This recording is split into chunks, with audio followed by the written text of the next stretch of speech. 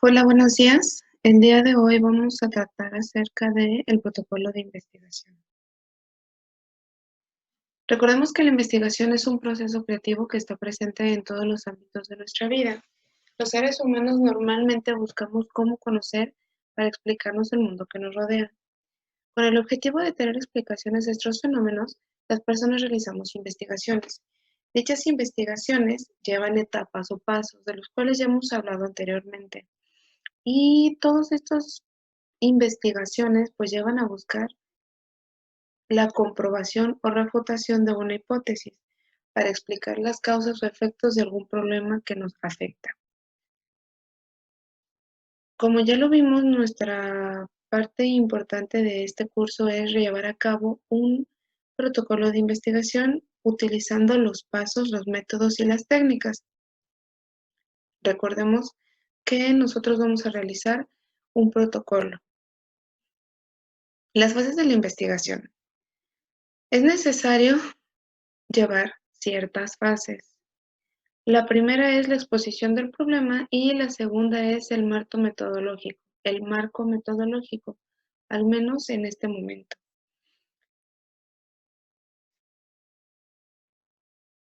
Las partes de la investigación requieren buscar información, después aplicar la metodología y por último la parte empírica, que es llevarla a cabo.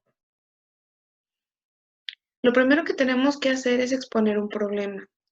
Esta exposición del problema, como ya lo habíamos dicho, ahorita nada más estamos recordando, es plantear el problema, identificar un problema en nuestra sociedad, en nuestro entorno, en alguna ciencia y contextualizarlo. Para ello, deberemos enumerar las características del problema. Ustedes ya eligieron un problema por equipos y este problema debemos de identificarle cuáles son sus causas y cuáles son sus consecuencias. Si no las podemos identificar perfectamente, es para eso que vamos a investigar. Necesitamos hacer un diagnóstico. ¿Cuál es la situación actual de este problema? Puede tener información cualitativa o cuantitativa. ¿Cómo va a beneficiar que estudiemos este problema en nuestra comunidad? Después, llegó el momento de poner manos a la obra y plantear el problema. Debemos describirlo precisamente, no nada más vamos a decir, ay, pues voy a investigar cuáles son las causas de, por ejemplo, ahorita el coronavirus. No, vamos a plantearlo muy específicamente. ¿Qué causas y qué consecuencias traerá para la población de Jalisco el coronavirus, por ejemplo? Recordemos que en las áreas científicas hay muchas realidades y hay muchas variantes. Debemos enumerar clara y precisamente las partes más importantes que conforman nuestro problema y cómo se relacionan entre ellas. Por ejemplo, si voy a hablar del coronavirus, puedo hablar de qué es, puedo hablar de sus causas, de sus consecuencias, de cómo lo estamos viviendo. Entonces tengo que analizar un momento en específico. Para eso delimitamos nuestro problema. Puedo ser muy específica y definir, por ejemplo, qué consecuencias traerá el coronavirus una vez que la enfermedad o la pandemia sea detenida en la sociedad de Jalisco los primeros meses tras su contención. Ahí ya estoy hablando, pues estoy definiendo mi problema en el sentido de que no voy a decir qué es, no voy a explicar qué pasó. No. Simplemente vamos a decir a partir de que termine, cuáles van a ser sus posibles consecuencias, qué va a traer para nosotros. Una vez hecho esto, vamos a trabajar con la hipótesis. La hipótesis es el enunciado que intenta dar una respuesta. Por ejemplo, mi hipótesis podría ser que va a haber una caída económica muy drástica, que la sociedad va a ser más unida, no sé. Tenemos que identificar cuál es nuestra hipótesis respecto de nuestro problema de investigación.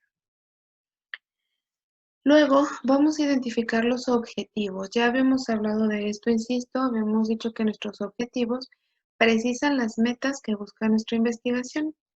Para ello tenemos dos tipos de objetivos, los generales y los específicos. Los generales, que es como un objetivo único y de él se desprenden otros pequeños. Por ejemplo, mi objetivo general es identificar las consecuencias que va a traer el coronavirus una vez que se termine la cuarentena o la pandemia. Y mis objetivos específicos van a ser consecuencias sociales, consecuencias económicas, consecuencias en el sector salud, por decir un ejemplo. Una vez que identificamos nuestros objetivos, ya va a ser más fácil empezar nuestra investigación y delimitar nuestro marco metodológico. ¿Qué es nuestro marco metodológico? Pues nuestro marco metodológico indica cómo vamos a desarrollar como investigadores nuestro trabajo, qué es lo que tenemos que hacer, qué pasos vamos a seguir para poder llegar a nuestro objetivo. Vamos a buscar información. Ya hemos visto incluso cómo o en dónde podemos buscar información. Recordemos que nuestra información la podemos identificar a través de distintas investigaciones y que existen distintos tipos de investigación.